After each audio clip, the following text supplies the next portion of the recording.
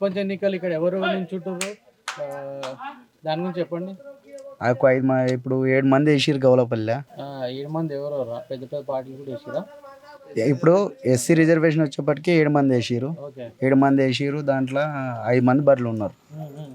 ఈ రోజుకి 5 మంది బర్రెలు ఉన్నారు. 2 విత్డ్రా పెట్టుకోనికి రెడీగా ఉన్నారు. ఇప్పుడు 5 మంది రెడీగా ఉన్నారు. ఇప్పుడు పనులు అయినాయి ఇక్కడ ఏమన్నా?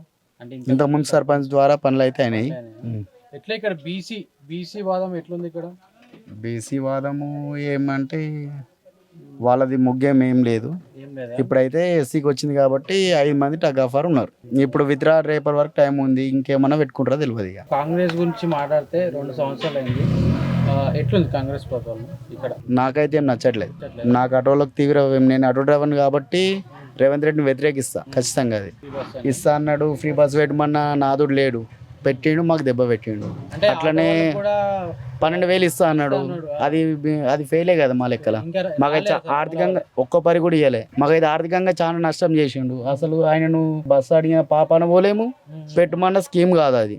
ఇప్పటికైనా రేవంత్ రెడ్డి కళ్ళు తెరుచుకొని బస్సు ఆర్టీసీ బస్సు అనేది తీసేస్తే ఉన్న లక్షల మంది ఆటో డ్రైవర్లన్నా బతికిన వాళ్ళు అవుతారు. అంటే ఇంతకుముందు బీఆర్ఎస్ గవర్నమెంట్ ఉండే అప్పుడు మీకు చాలా మంచిగా అయింది. 2015 దందా అయింది. ఇప్పుడు 500 కానికి చాలా కష్టంగా ఉంది.